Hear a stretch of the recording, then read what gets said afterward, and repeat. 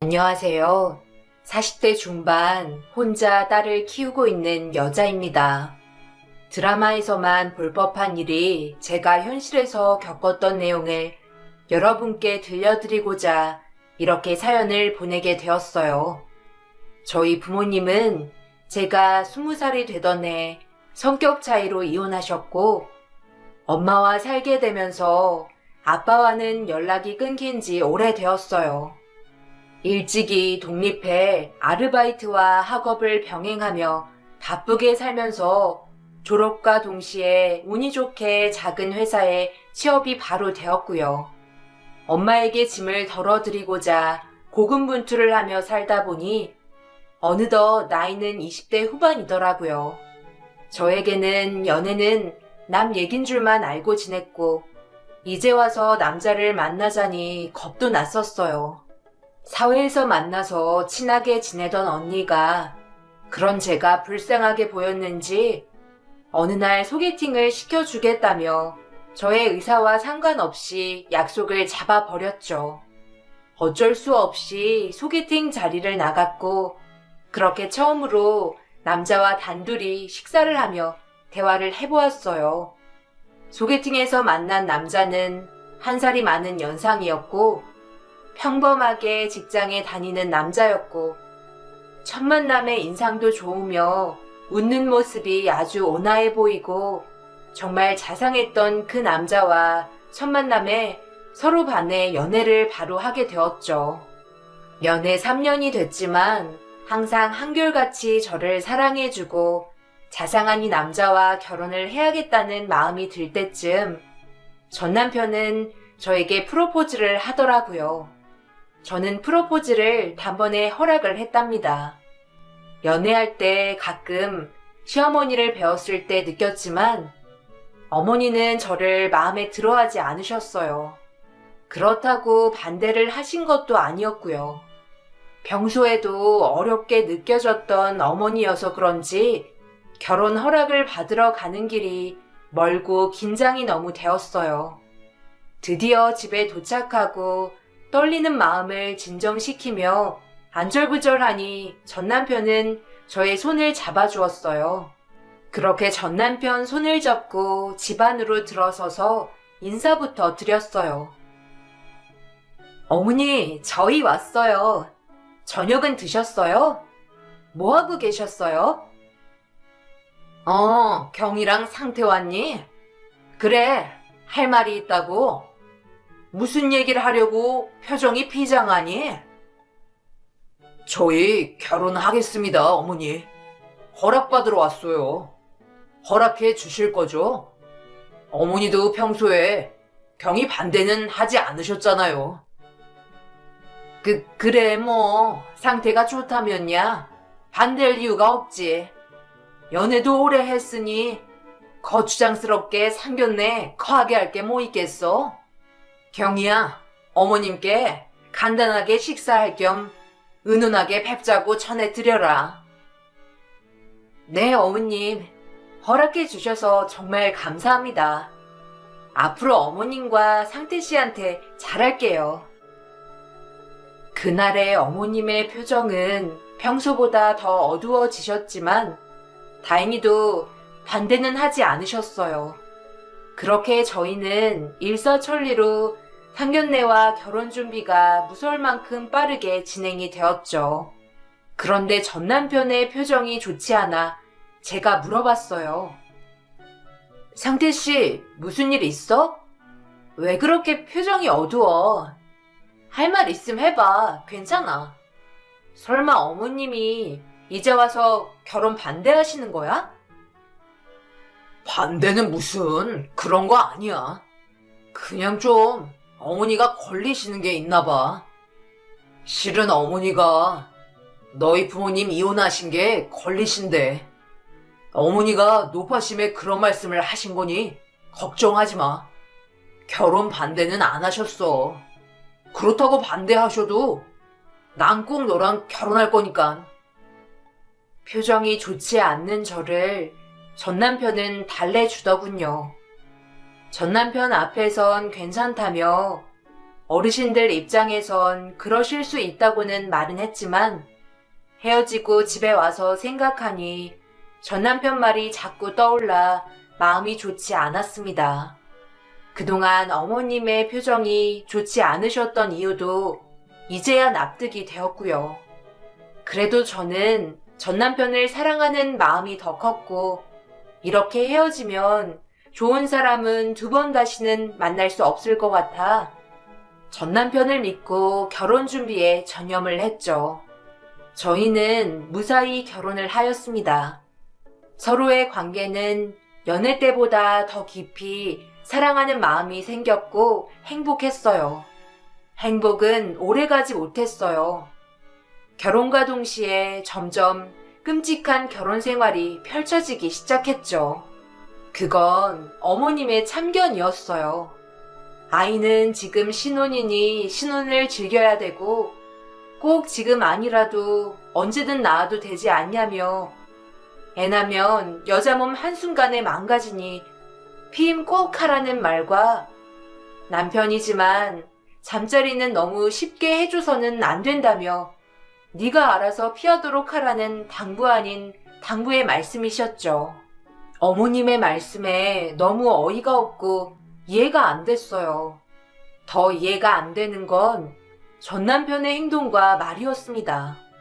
아무리 아들은 어머니 편이고 장가를 가면 효자가 된다 하지만 어머님 말씀대로 밤만 되면 잠자리를 거부하거나 피임에 집착할 정도로 철저했어요. 연애 때는 나를 아껴준다는 명목으로 혼전순결을 지키자던 그였지만 이제는 결혼을 했고 아이도 낳고 싶은데 남편의 행동은 이해가 가질 않았죠. 분명 사랑하는 거는 알겠고 마음은 느껴졌는데 말이죠. 전 남편이 생각이 그렇다니 따르기로 마음 먹었죠. 뭐 사랑으로 살아가는 부부도 많으니까 언젠가는 남편도 달라질 거라는 기대를 품고 좋게 생각하기로 하고 신혼을 더 즐기고 당분간은 아이를 갖지 말자는 남편의 뜻에 따르기로 했어요.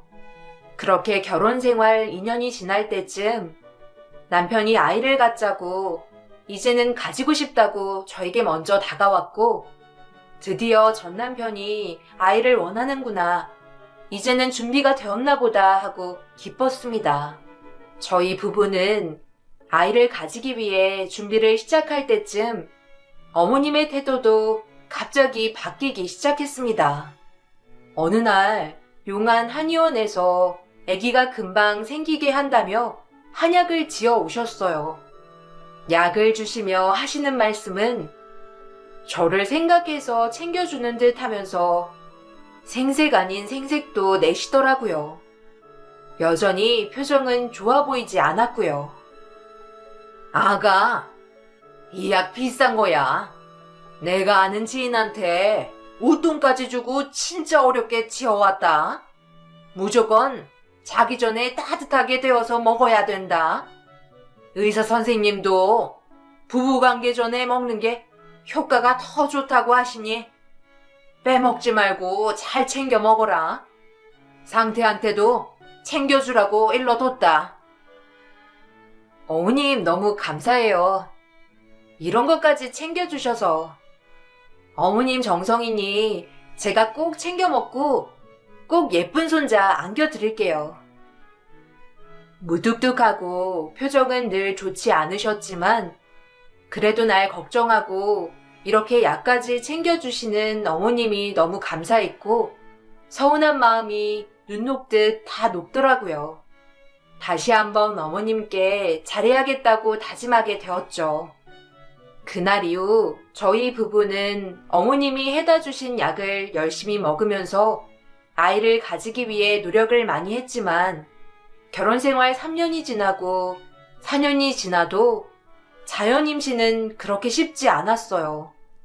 안 그래도 임신이 되지 않아 스트레스와 예민함이 겹쳐 힘들어하고 있는데 어머님은 힘들어하는 저는 보이지가 않으셨죠. 그렇게 어머님의 구박과 모진 소리를 들으며 참고 또 참고 하루하루를 버텼어요. 한날은 어머님께서 화를 버럭 내시며 저에게 이상이 있는 게 아니냐며 병원을 가자고 하셨어요. 예, 아니, 내가 남들은 한참을 기다려야 겨우 살 수 있다는 약도 해주는데 왜 애가 안 생기니? 정말 너 약 잘 챙겨 먹고는 있는 거야? 설마 나 몰래 버리고 그러는 거 아니지? 남들이 다 하는 임신, 너는 왜 못하는 거야? 너 몸에 문제가 있는 거 아니니? 어머님, 어머니가 시키신 대로 부부 관계 전 꼭 약 잘 챙겨 먹고 있고요. 어머님이 저 생각해서 해주신 건데 제가 왜 버리겠어요. 상태 씨한테 물어보시면 아실 거예요. 남편이 약을 매일 시간 맞춰서 챙겨줬어요. 그런데 왜 안 생기냐고? 아무래도 병원을 가보는 게 좋겠다. 네 몸이 아무 이상 없는지 내가 직접 확인해 봐야겠다. 친구 며느리가 하는 산부인과가 있으니 내일 당장 나랑 병원 같이 가자꾸나. 네, 알겠어요. 어머님 출발 전에 미리 알려주시면 제가 준비하고 어머님 모시러 갈게요. 어머님 말씀이 다 틀린 건 아닐 것 같다는 생각이 들어 병원을 같이 가기로 했죠. 그날 밤 저는 잠도 오지 않고 정말 내가 문제가 있는 건 아닌지, 이러다 아기를 진짜 못 낳는 건 아니겠지 하는 걱정이 너무 되다 보니 스트레스는 더 심해져 불안감이 밀려와 뜬 눈으로 밤을 샜어요. 다음날 어머님과 병원에서 검사를 했지만 제 몸은 아무 이상 없다는 소견이 나왔습니다. 어머님이 그 말에 다행이다는 표정을 지으셨고 이제야 어머님의 화가 조금 사그라드시는 듯 했어요. 왜 임신이 안 되는지 여쭤보셨고 선생님께서는 요즘 부부가 다 이상이 없는 경우가 많다며 그걸 난임이라고 설명을 해주시더군요. 요즘은 그래서 시험관 시술을 많이 한다고 권하시며 시술을 시작하면 산모의 몸에 많은 무리가 갈 거라며 그걸 극복을 할 수 있겠냐고 하시더라고요. 누구보다 아이를 절실히 원했던 건 저였기에 힘들어도 참고 시험관을 시작하겠다고 했습니다. 그렇게 아이를 가지겠다는 목표로 힘든 나날을 혼자 견뎌야 했고 처음에는 남편도 옆에서 저를 보듬어 주었지만 시험관이 실패를 할 때마다 몸과 마음이 점점 망가져가면서 예민함이 극에 달하게 되었죠. 그렇게 전 남편과 싸우는 횟수가 늘어나면서 전 남편도 지치기 시작했고 더 이상 절 봐주지 않더라고요. 역시나 어머님은 구박에 벗어나 인격 모독의 말씀도 서스럼치 않으셨죠. 저는 도저히 이렇게는 안 될 것 같아 결단을 내려야 했어요. 제가 미쳐서 어떻게 될 것 같았죠. 퇴근한 남편에게 이야기 좀 하자며 거실에 마주보고 앉아서 제가 먼저 말을 꺼내기 시작했어요. 이렇게는 도저히 안 될 것 같아. 시험관 실패할 때마다 안 그래도 힘든데 어머님은 나를 너무 미워하시고 입에 담지 못할 말씀까지 하시니 못 참겠어. 우리 그냥 이혼하자. 당신도 예전 같지도 않고 이제는 우리 사이에는 희망이 없는 것 같아. 그래, 네가 원하는 게 그거면 그냥 놓아줄게. 내가 그동안 경이 너 못 챙겨준 거 정말 미안해. 처음에는 힘들어하는 너의 모습을 볼 때마다 나도 너무 힘들고 괴로웠는데 시간이 지날수록 나도 덤덤해지는 것 같더라. 아니, 어떻게 한 번에 알겠다고 해? 날 사랑하긴 했어? 잡는 척이라도 해야 되는 거 아니야? 당신도 어머님처럼 애 못 낳는 게 내 탓이라고 생각한 거야? 그래서 이혼 얘기 나오니 바로 알겠다고 하는 거 아니냐고. 상태 씨, 이혼하길 내심 바란 거였구나. 경희야, 너 어디다 타는 거 아니야, 절대. 이제는 내가 지쳐서 그래. 그러니까 널 놓아줄 테니 스트레스 받지 말고 너 좋은 사람 만나서 잘 살아. 알았지? 좋게 시작한 대화가 끝내는 싸움으로 끝이 났죠. 더 이상은 저는 싸울 기력도 없어 서로 합의 이혼으로 대화가 마무리가 되었습니다. 다음날 저희는 어머님께 이혼하겠다고 말씀드렸더니 어머님은 내심 발에 오셨는지 환해지시는 어머님의 얼굴 표정을 본 건 난생 처음이었어요. 그러면서 제 손을 잡으시며 하시는 말씀이 정말 기가 찼습니다. 그래, 인연이 아닌가 보다 생각하고 각자 서로 더 좋은 사람 만나서 잘 살면 돼. 너희는 아직 젊잖아. 상태가 널 너무 좋아해서 어쩔 수 없이 결혼 허락했지만 언젠가는 이렇게 될 줄 알았다. 이왕 이렇게 된 거 내일 당장 법원 가서 이혼 절차 밟 거라.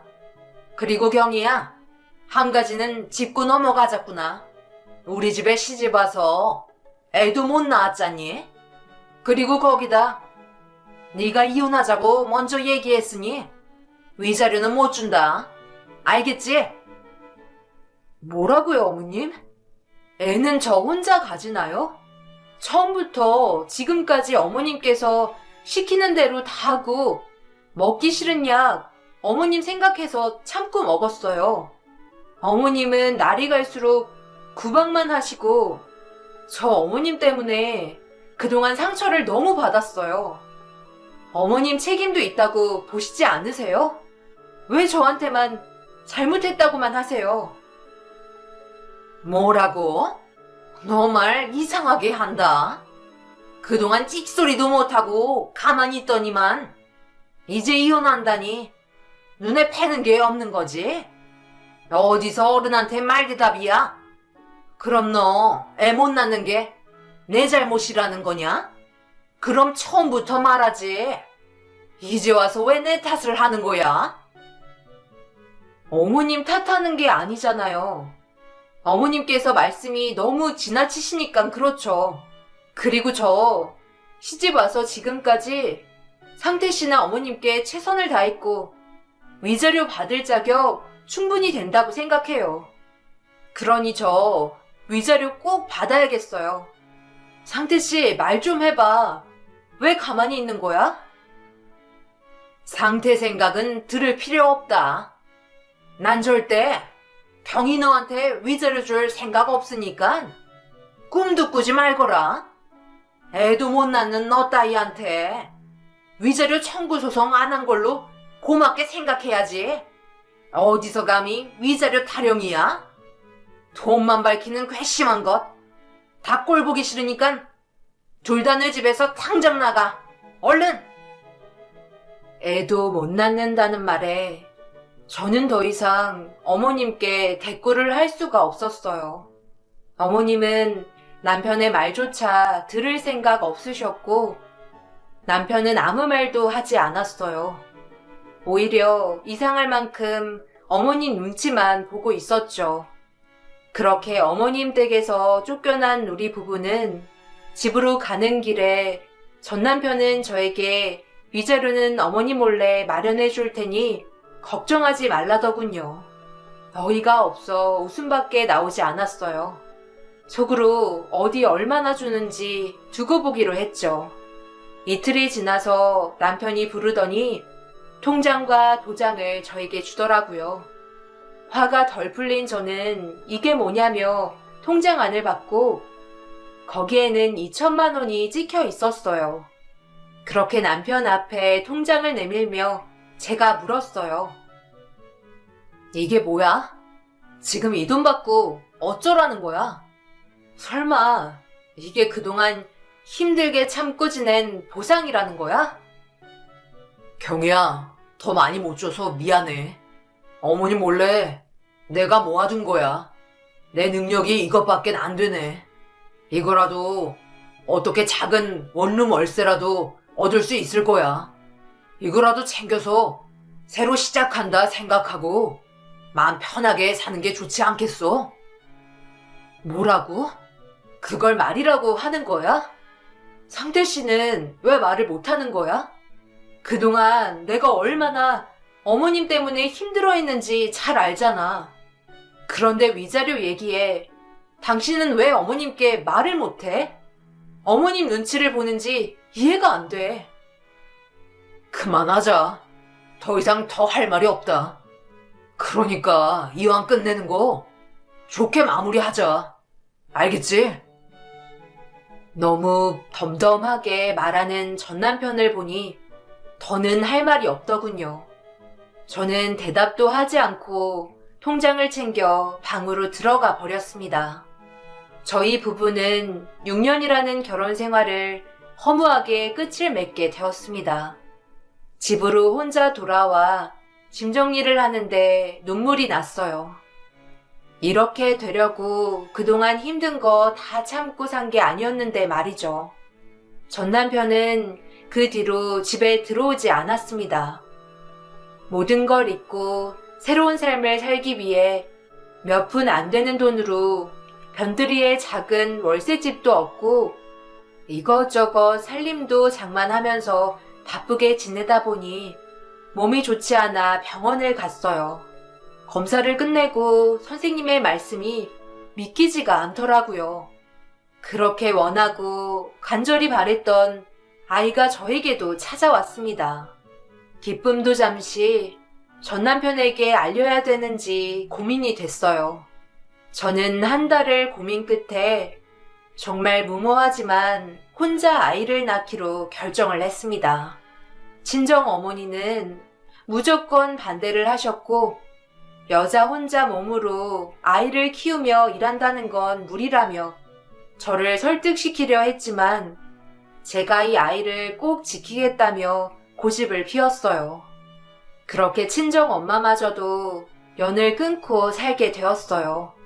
막상 아이를 낳겠다고 고집 피워 지켜냈지만 아이와 살려면 돈이 걱정이 됐어요.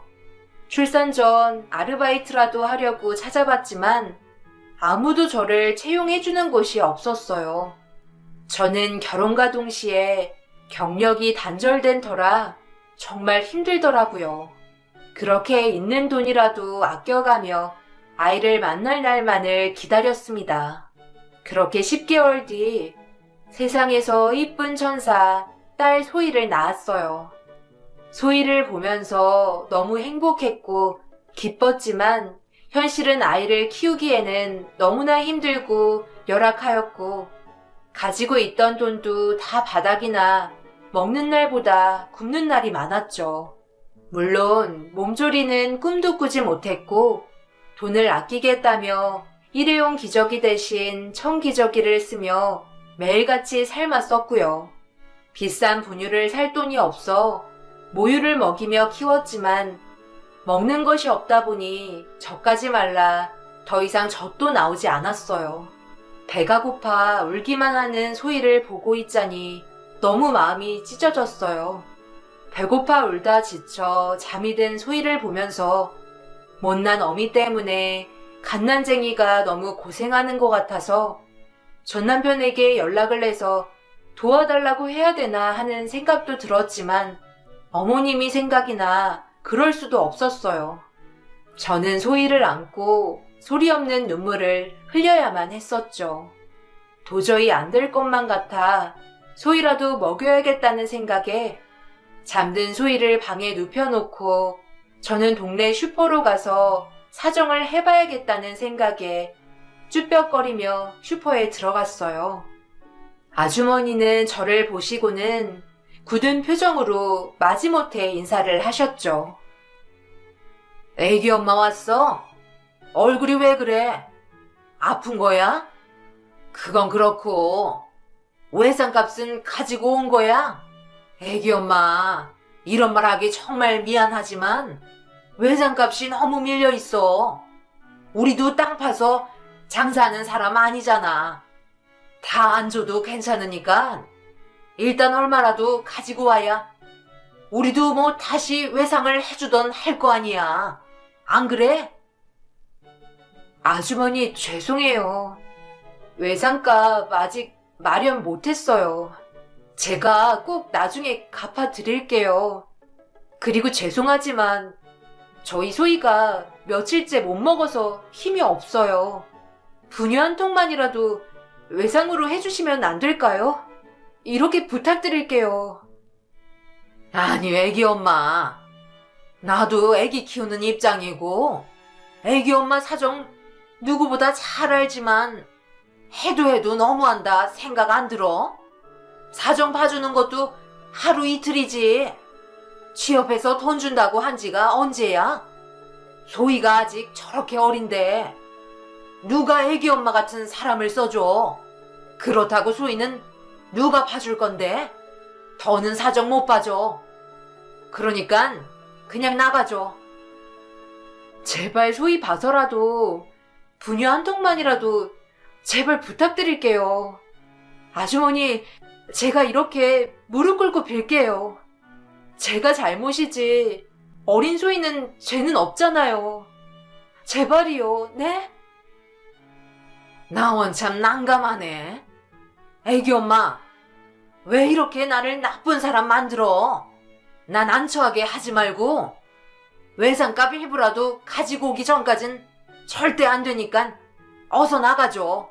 나도 장사해야 된다고. 아니, 능력이 안 되면 나치를 말든지 뭔 행복을 누리겠다고 애 아빠한테 연락도 안 하고 고집을 피우고 그래. 애만 불쌍하지.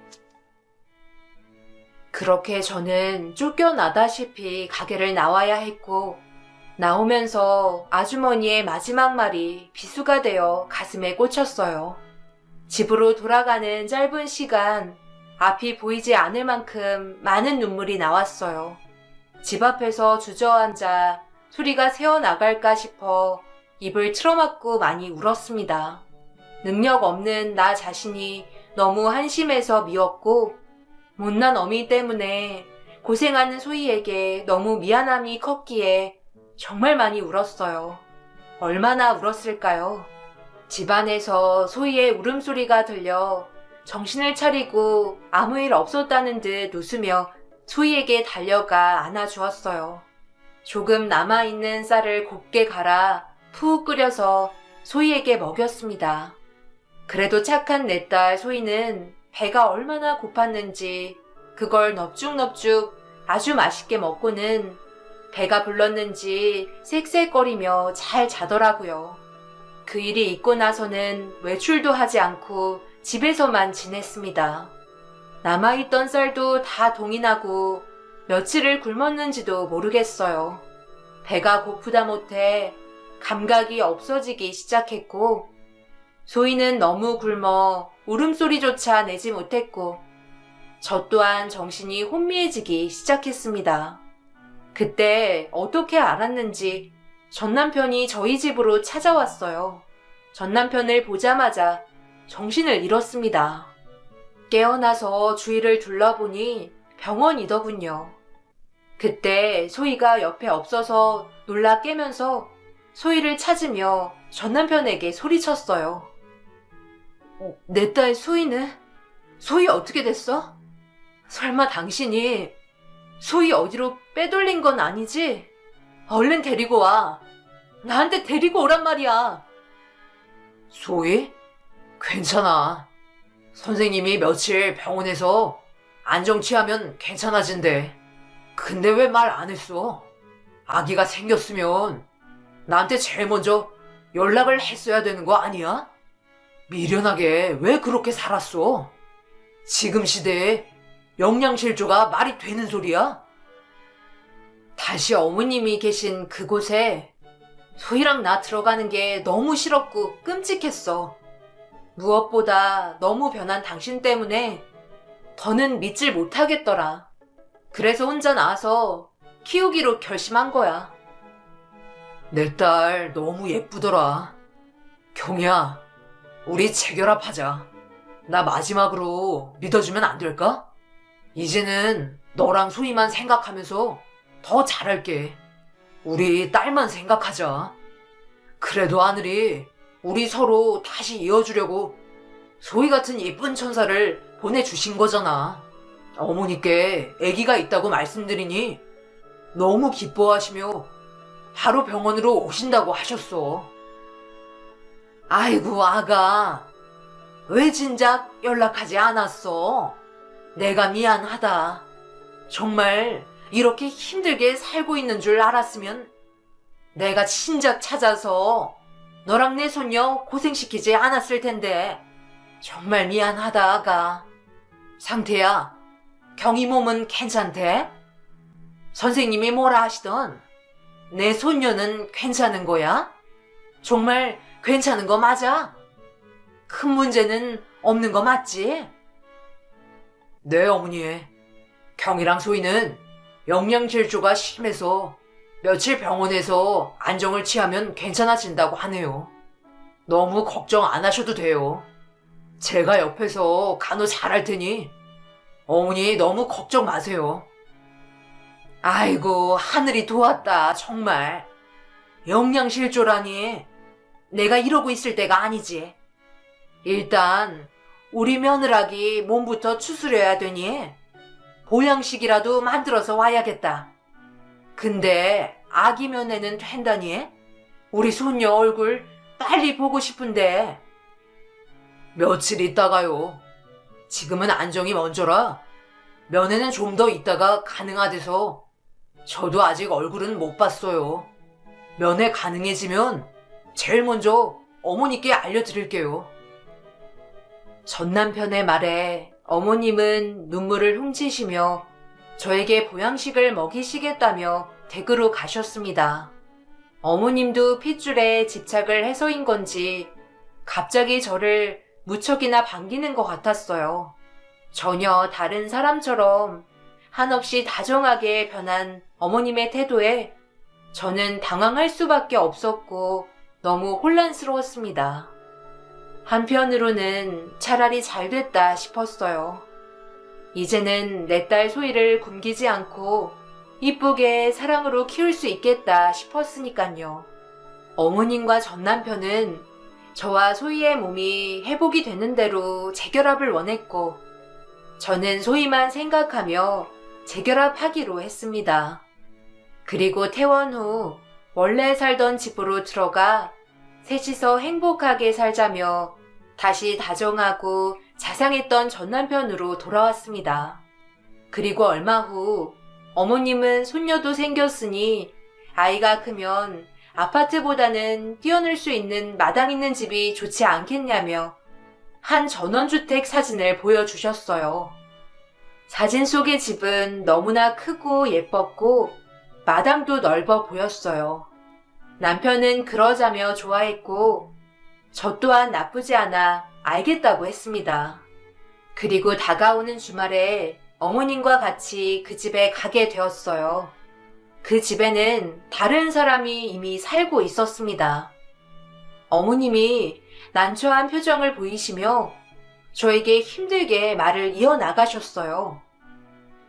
아가, 인사드려라. 시숙이시다. 실은 너랑 상태가 연애할 때부터 진작에 말을 했어야 됐는데 이제야 말해서 미안하다. 상태한테 뭐라 하지 말거라.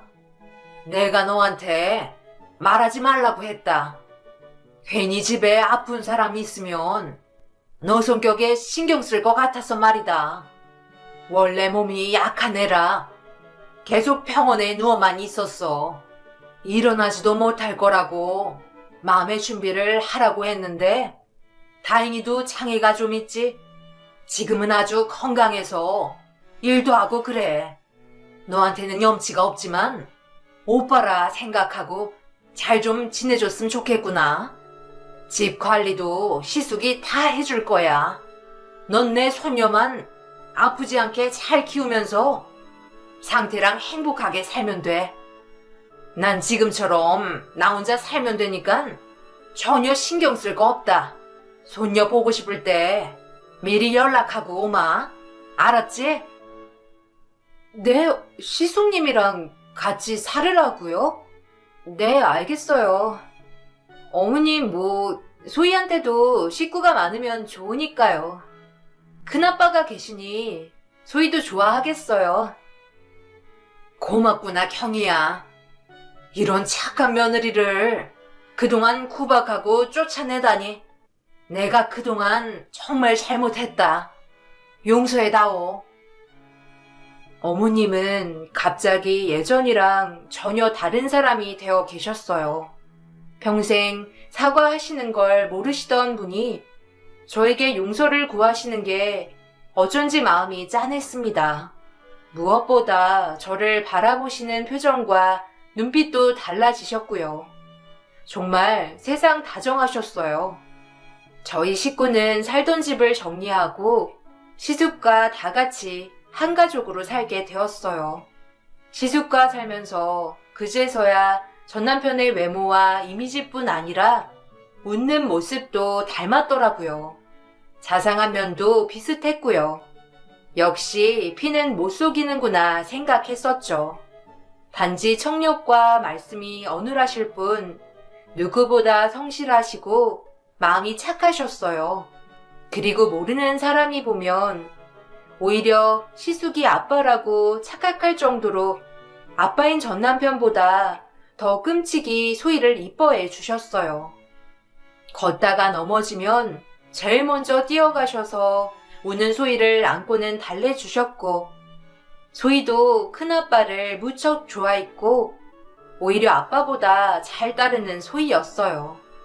저런 분이 소희의 큰아버지여서 소희는 큰 사랑을 받고 예쁘게 클 수 있겠구나 하고요. 한편으로는 안심이 됐어요. 시숙과 남편, 저 그리고 소희는 진정한 가족이 되어가고 있었고 행복하고 정말 단란하게 잘 지내고 있었습니다. 행복이 정말 더는 끝나지 않을 거라고 믿었어요. 너무 믿음이 강한 탓이었을까요? 제 믿음은 한순간의 사건으로 산산조각이 났고 모든 것이 다 거짓이었고 가족이라고 믿고 있던 사람들에게 철저히 속임을 당하며 살아왔다는 걸 알게 됐습니다. 정말 소름이 끼쳤어요. 다정했던 전 남편과 시숙의 거짓이었다는 거를 그 일이 터지고 알게 되었습니다. 어느 날 남편은 직장에서 하던 업무가 바뀌게 되어 장기 출장이 잡혀 한 달을 해외로 가야 된다고 저에게 말을 했어요.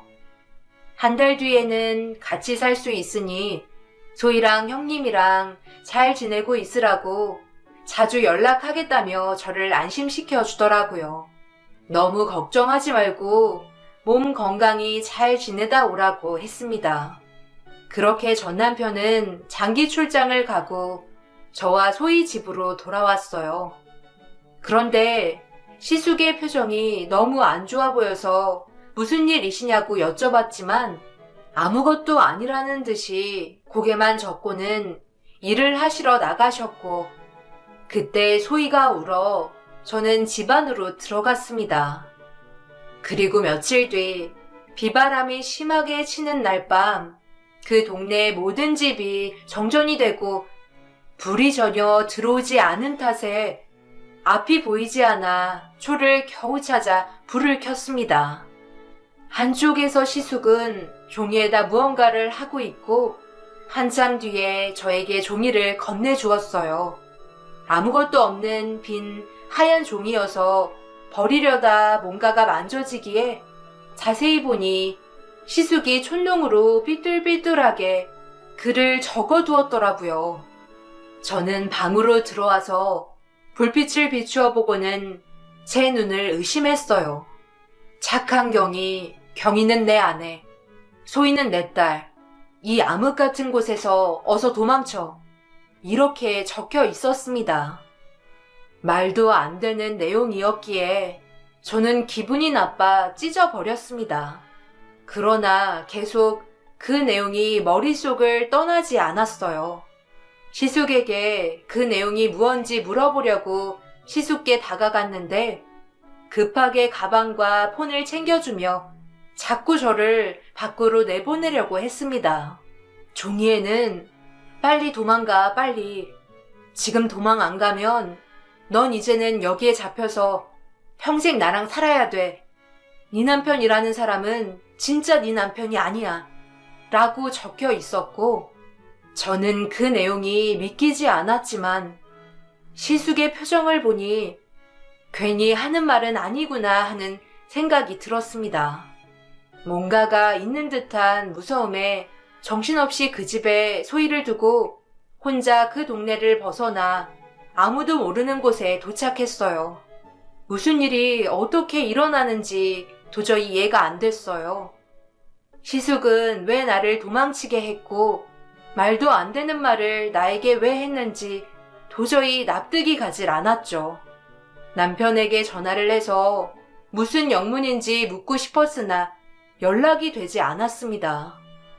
정신을 차리고 보니 시숙이 저에게 주던 가방 안을 뒤져보기 시작했습니다. 시숙의 편지와 현금, 그리고 소희랑 같이 찍은 사진들이 들어있었어요. 떨리는 손으로 편지를 펼쳐서 읽어보기 시작했습니다. 상상조차 할 수 없고 도저히 믿을 수 없는 내용이 적혀 있었어요.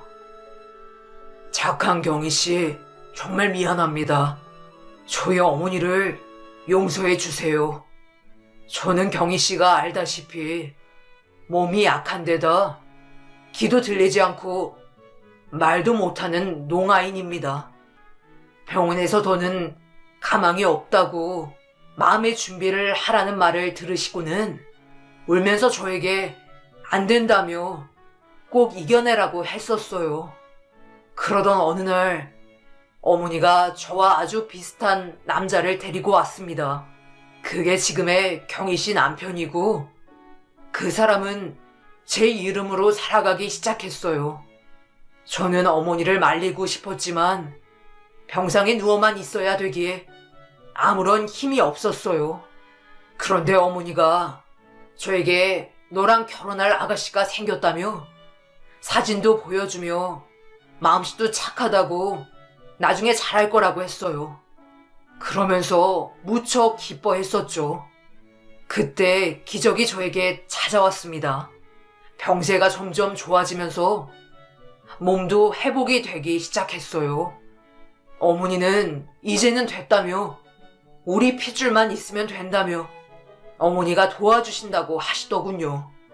또 무슨 일을 벌이시려는지 걱정이 되기 시작했어요.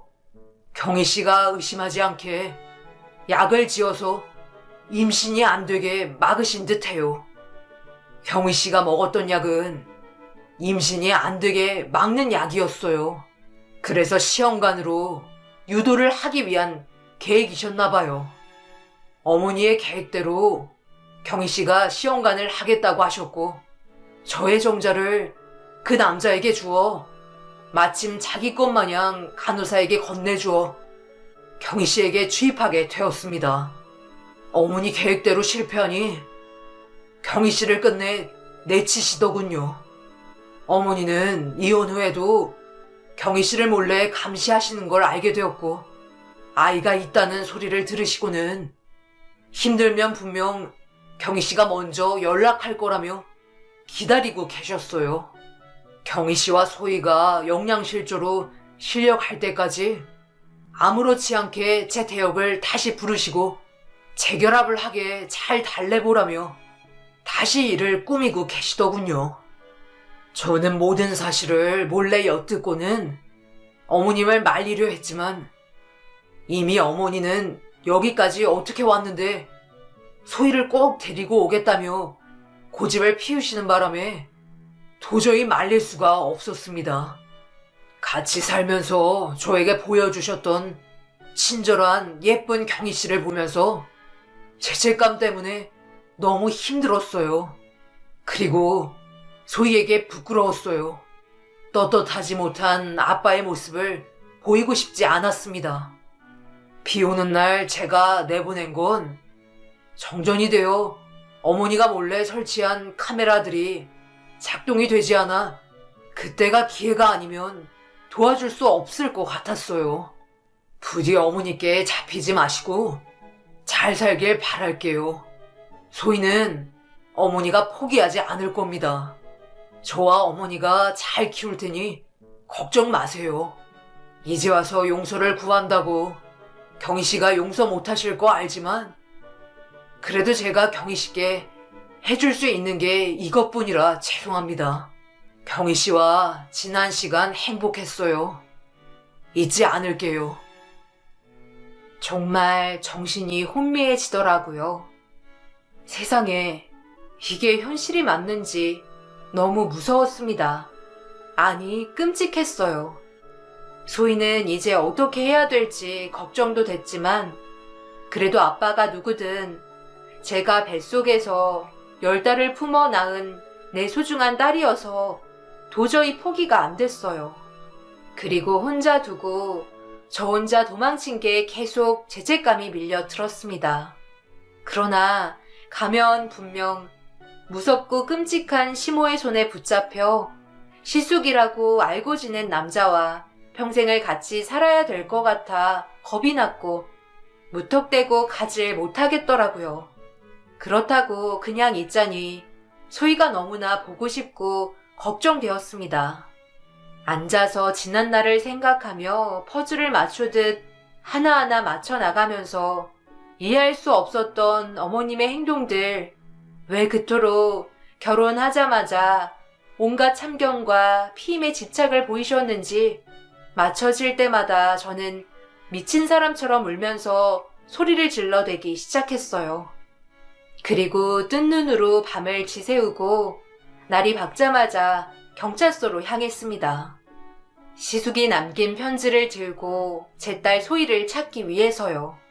증거는 시숙이 남긴 편지 내용뿐이었지만 세 사람을 도저히 용서를 할 수가 없었습니다.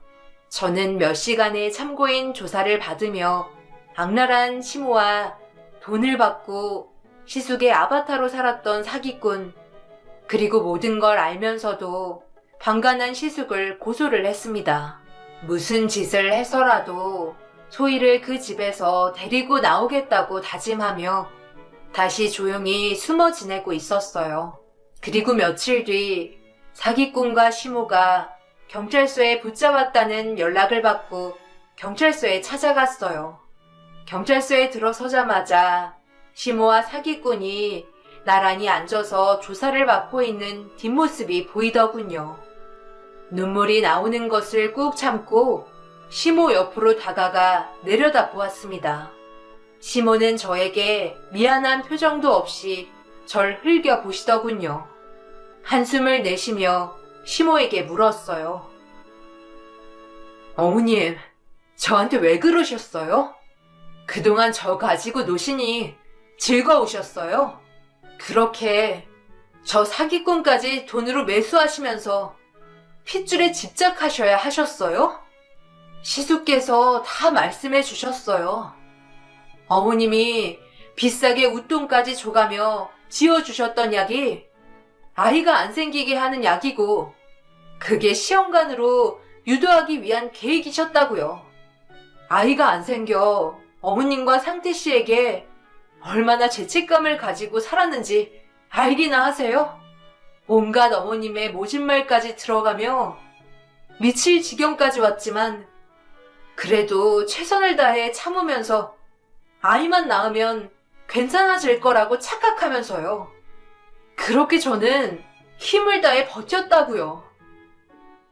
경희야, 솔직히 너가 저 사람 좋다고 먼저 빠져서는 왜 나한테 그런 소리를 하니? 네가 저런 남자 안 좋아했으면 이런 일도 없었고 결혼도 하지 않았을 거야.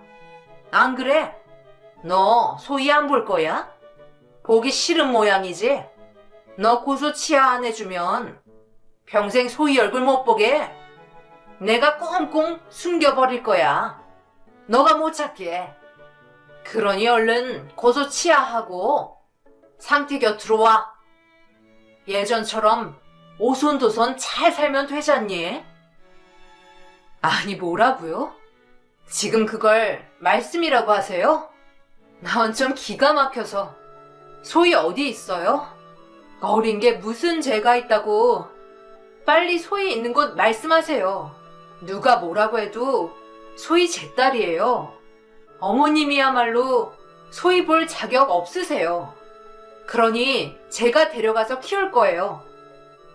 돈도 없어서 애를 굶겨 영양실조 만들어 놓고 어디서 애를 데리고 간다고 하는 거야? 말도 안 되지. 또 데리고 가서 영양실조로 애 잡을 생각이니? 그럴 거면 차라리 아빠인 우리 상태가 키우는 게 낫지. 나도 있고 걱정 마라. 내 핏줄 내가 잘 키울 테니.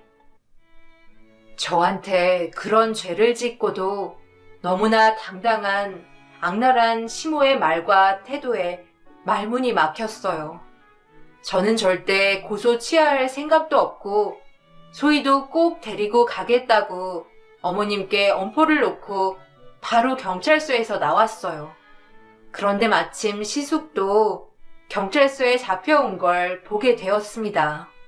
시숙이 저와 눈이 마주치자마자 미안한지 얼굴을 푹 숙이고는 걸어 들어가더군요.